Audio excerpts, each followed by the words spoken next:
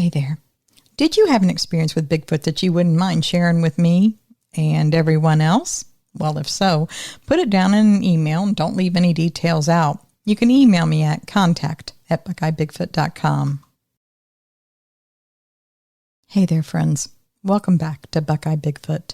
Tonight I've got an email for you out of Western North Carolina. Comes to us from one of those good old country boy types that just doesn't get rattled up very easily. But what he saw one night out there on a quiet mountain lake, well, let's just say it's been sticking with him like a thorn in his boot. This is a tale about the night that something came down all the way to the lake shore. So go get your snackage and get saddled up. The horses are out there waiting, as they always are.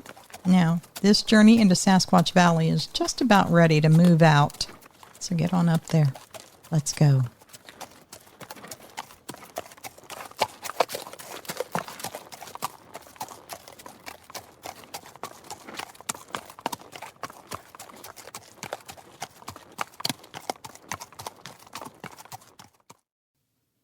My name is Luke Harris. I'm 58 years old, and I still got my place near Franklin, North Carolina. That's about halfway up a mountain that doesn't see much traffic, unless you're looking for moonshine or solitude. I don't go in for any kind of nonsense. Never have. I grew up in a way that some would call rough. I call it rural. My daddy was a logger, and I came to be the same until my knees plumb gave out. I wasn't going for the replacement surgeries the doc said I just had to have. So my life as a logger was done for me long before I turned 50. Now these days I run a little saw shop for my biscuit and gravy money, and then I go fishing when I can. And that's how this story starts. Night fishing. It was a quiet lake with just me, the water, and the moon. And, well, something else came a little later. This was in 2022. It was a normal, hot and sticky summer, and the bugs, well, they were going around acting like they owned the whole place. Don't they always? I was out on Lake Butner, a spot not many folks go to, since the road washed out on the north end. You gotta come in from the backside, and that's a rough piece of road. Barely qualifies as such, more like a trail. And when you get out there, you can forget any kind of cell service. And that was fine by me. No phones, and too far back and too rough for most people. That is heaven to me. I like the quiet. I'd anchored out in a little cove near the ridge. I had a flat-bottomed boat with a lantern clipped to the bow. I had a cooler behind me with a couple beers and some cold chicken. My rods were propped, and I remember thinking, this was just the kind of night that I used to dream about when I was breaking my back, working those 12-hour shifts, logging in the woods. I was sitting back, letting the frogs almost put me to sleep when the night, it changed. That's the only way I know to say it. It changed. The crickets stopped. I mean, full dead stop. Even the frogs all shut up. I'd never heard anything like it in my whole life. One minute, the night is noisy and alive and comforting. And within the space of 3 to 5 seconds, everything shuts down and goes silent. It goes so silent your ears are hurting just trying to hear a sound. For a few seconds, my ears were ringing with silence. I suddenly sat up straight and I was listening to the night. I didn't know what was going on. I was listening hard, and then I heard it. It was something. At first I wasn't sure. It was pretty much a way off, but it was coming closer. And in that silence, I began to hear it. Footsteps. They were heavy-sounding, echoing almost across the lake, even though they were quiet. They were crunching on dry pine needles up on the slope behind me. Sounded like it was two-legged. A person? No, they couldn't. But oh yeah, I could tell it was two-legged. It was walking steady and deliberate. I thought maybe somebody was creeping around up there, Maybe they saw my lantern and were coming to look at me. But how are they getting around in the dark up there like that so easy? I didn't see a flashlight or even a red light. And how are they making such heavy footsteps? It just wasn't right. And I knew it when it was happening, but I wasn't too sure for what reason. I've been in the woods and heard bears, deer, wolves. I've been out where there have been moose and all kinds of things. I've had coyotes come up close enough to smell my bait. But what I was hearing wasn't like any of those. Those footsteps had some weight to them, and there was a rhythm too. In about 20 seconds, I was feeling that those footsteps were pounding more in my head than in my ears. I couldn't figure them out. Quietly, I dipped one paddle into the water and helped ease the nose of my boat around. I turned my lantern a little higher. I was facing the ridge, but of course the lantern didn't go that far. I had a spotlight, and I reached behind the cooler to get it. Before I turned it on, I switched it over to floodlight, and I remembered to put the red lens into it. When that spotlight is turned onto floodlight, I swear it will light up half a football field. I turned it on, and I turned it up to the slope. I did it just in time to see something coming down the slope as it walked in an opening between some trees. It was about 70 yards up the slope, but I was still a good 30-40 yards from the shore.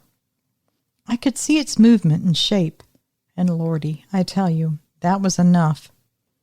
I couldn't have said at that point how tall it was, because though I could see that it was jumbo-sized in every way, I didn't have anything to use as a yardstick to measure it by. Well, not then anyhow. But it was walking on 2 legs. Sure, I saw that. But there was something really different about the way it walked. And it took me a while to pin it down. Now, me and you, if we were walking down a steep slope, we sort of lean back to compensate with every step, or maybe we will step sideways. Not this thing. This thing was walking straight up, no leaning back at all, like it was pivoting completely at the knees to stay straight up, while the knee down was bent as it walked. I had about 4 seconds to see it before it walked under the other trees, but I saw the important things. It was jumbo-sized. It was covered in fur all over, and it was making a beeline right for the lake shore. I think I was a bit shocked, because I sat there for probably a full minute, just looking toward the slope and the lake shore all lit up in red. Logically, I knew what I saw couldn't be a person, but the other part of me refused to say what it might have been. I was raised that you don't believe in such things. That's nonsense. I was also waiting. It was on target to come out by the lake shore if it didn't change its direction. And if it did, I wanted to know when it stepped out there. And of course, it did. It walked out there like it owned that lake. Heck, thinking on it, maybe it did. I was about 30 yards offshore, maybe less. So I couldn't see a lot of the detail, but the shape and the size, those were clear. I still didn't have anything concrete to measure it against, but I'm not afraid to say it was really, really big. Jumbo is the word I keep using because it seems appropriate. It walked out and it walked down to the lake shore. When it stepped out, it stopped for just a moment. I know it was aware of me and the light because it looked right our way. But it took a look, and I guess it decided I wasn't a threat because it finished walking down to the shore. It got to the lake shore, and it went down in a very strange way. It was half sitting and half laying at the shore. It leaned over to the water and started scooping up water with its hand and drinking. About every third drink or so, it would stop, and it would look up at me for a few seconds. The look was hard and steady, and it didn't move at all when it was looking at me. Then I guess it figured whatever it was figuring, and it would go on and take a few more drinks. Now, I can't give a lot of what you probably really want, which is how many hairs it had on its face, the color of its eyes, and all of that. From my distance, I just can't give you that. I can tell you the fur was everywhere that I saw it, and its face was large and wide. But the eyes were close set for such a large face. Its hands were large and looked like our hands exactly, thumb and all. And it used the hand to drink the water, well, in the same way we would. But its head was weird. It was large, but still smaller in scale than the rest of the body. And it was not a round head. I can't call it oval either, and I can't call it slanted, but it was some kind of a mix of all of those. The red light highlighted the fur pattern, and I could see the swirls on its chest, its pecs, all around its nipples. But it was a male. What skin I did see was dull and pasty looking. I'm not quite sure, but under the red light, I would say it looked dark gray, leaning towards black. The fur was probably black. Again, the red gave it a strange hue. The look that it gave me every time was cautious, thoughtful. It was thinking, but it was not one bit concerned with me, as in did it fear me or if I was a threat. I was just something floating out there on the lake. It was like it had seen it 1,000 times before, and maybe it had over the years, but it still seemed that it was trying to figure out something. I remember thinking, if it gets into the water, I'm hauling up my anchor, I'm firing up my motor, and I'll take off buzzing around the lake. I'll go just slow enough so that it will chase me till it's way out in the lake. Then I'll go full throttle, and I'm going to leave it far behind. I'll go over to where I launched. I'll leave my boat. I'll get in my truck, and I'll get out of there. Remember, my busted knees told me I can't run. So that was the best escape plan I could come up with. While I was taking those drinks of water, I was telling myself to not move an inch.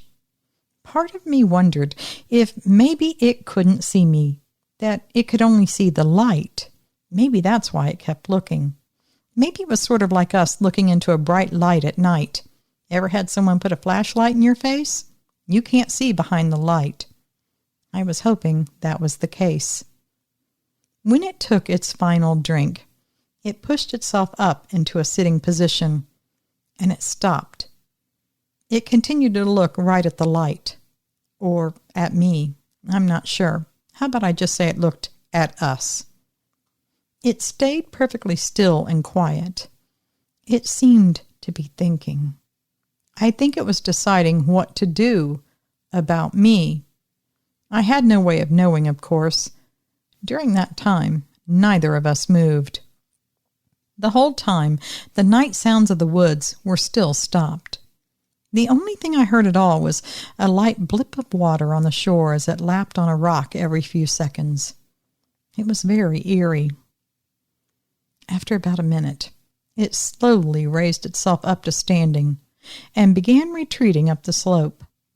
I tell you, it was like watching the Patterson film, the way it walked and turned and looked back before it was lost in the trees. It never ran. It just walked. When it was gone, I was faced with another dilemma. Do I stay out there on the water in the darkness? Or do I chance it and go to shore and try to leave? I knew I probably still had a couple hours left on my spotlight battery if I didn't keep it set on high. But that wasn't going to get me through till dawn. All I really had with me was my cooler, some beers, some chicken, and my fishing gear. I did have a pistol on me, but it was just a .38, and that might be fine against another human. But I just didn't feel very confident that it would be good against what I had just seen. Where I had launched into the lake was about 100 yards down the shoreline. When I panned my light over that way, I could just get a light glimmer from something red, either the trailer's reflector or maybe it was the back taillight on my truck. I really couldn't tell, but it was just too close to where that creature had been for my comfort. I sat there and thought about it, and I weighed my options. Then I quietly pulled up my anchor and paddled further out into the middle of the lake. And for the record, so people understand, I had not used my boat motor coming in. I usually will only use it when I'm done fishing and paddle out the rest of the time. I find that disturbs the fish far less. So I did that, and I sat out there in the middle of that lake listening for any sound that what I saw could be swimming out to my boat. I forgot to say that about 10 or 15 minutes after it was out of the area, all the night sounds slowly came back, and that was a relief. But at the same time, it made it a little harder for me to hear. I just told myself if those night noises are continuing, it's not nearby. When dawn came and I could see all around, I pulled up my anchor and I paddled over to where my truck was. I got my boat loaded in a flash. I wasn't messing around that morning. I can't tell you why I was so jumpy. What I had seen was probably 6 or 7 hours before, and there were no reasons to think that it was anywhere near. But that memory of how it kept looking at me, that had me shook up. I know it was thinking about something as it looked at me, or the red light, whichever you want to believe. But I believe it was looking at me, and it was thinking. And I do not like to think about what it was thinking about. I've been hunting enough to know when a creature has to contemplate something, and it does it like that, it's deciding on what to do. And the only choice that's good for me is if it decides to leave me alone. But the other choice that could be made? I don't want to think about that. But I'm sure it was thinking. It was thinking about that. How do I know? Because that's what I do when I'm hunting. I look at it and I decide, is this the animal I want to use a tag on? I'm thinking, do I want to leave it alone or something else? Now, of course, I hadn't slept a wink that night out there on the lake. I got home and I was so wired that day I didn't sleep either. I spent all my time on the internet trying to figure it out. Of course, I already knew what it was, and you do too. I just have a hard time saying it even still yet. And you know, I didn't sleep a wink that night. I don't think I hardly slept that week. Not from fear, I was just up all hours searching and reading and searching. I think I read the whole internet that week, any and everything connected to the thing I don't really want to say. I looked like a crazy man that week going to Borders and buying armfuls of books on that thing I don't want to say. When time passed and I was farther from the event, and at times it seemed a little more surreal, like maybe a dream or someone else's memory, but at other times it was vividly real and would replay in my head, and I made myself say it. Bigfoot, Sasquatch. I never fished there again. But I still go out. I still fish. I still drift alone on the water under the moon and the stars. Once or twice, I did have the skin-shivering feeling that something was watching me from out there in the darkness. But I made that voice shut up. I don't go for any kind of nonsense, remember? And it hasn't said that to me ever again. But the truth is, I haven't forgotten. I don't reckon that I ever will. I'm not going to say that it was some horrifically terrifying encounter, that I was scared out of my wits or about to wet my pants. It was nothing like that at the time. But I will say, it raised my hackles. It has made me far more cautious. And it was all because of that look it was giving me, how it was what I call deciding. There are nights when I wake up in a cold sweat. It's because I was dreaming that it didn't decide to go away up into the slope, but that it took the other choice, the one it had been thinking about. The one it was thinking about as it looked at me. You know, that other choice. And I have dreamed of dozens of different choices it made, and that is what is so terrifying for me even today. Thank you for giving this a read. Blessings to you all. Luke. All right. Thanks, Luke, for that incredible story. I think there is something about the way the woods go quiet when there's a Bigfoot around. I've heard and read that so often. Makes me think there must be something to it. All right. Well, I can't say thank you enough for staying with me to the end of tonight's journey. I love going into Sasquatch Valley, but I like it best when I have your company. Well, that's going to bring tonight's episode to a close, but don't you worry. We'll be meeting up again soon. And until then, always remember, absence of proof is not proof of absence. Thanks for listening.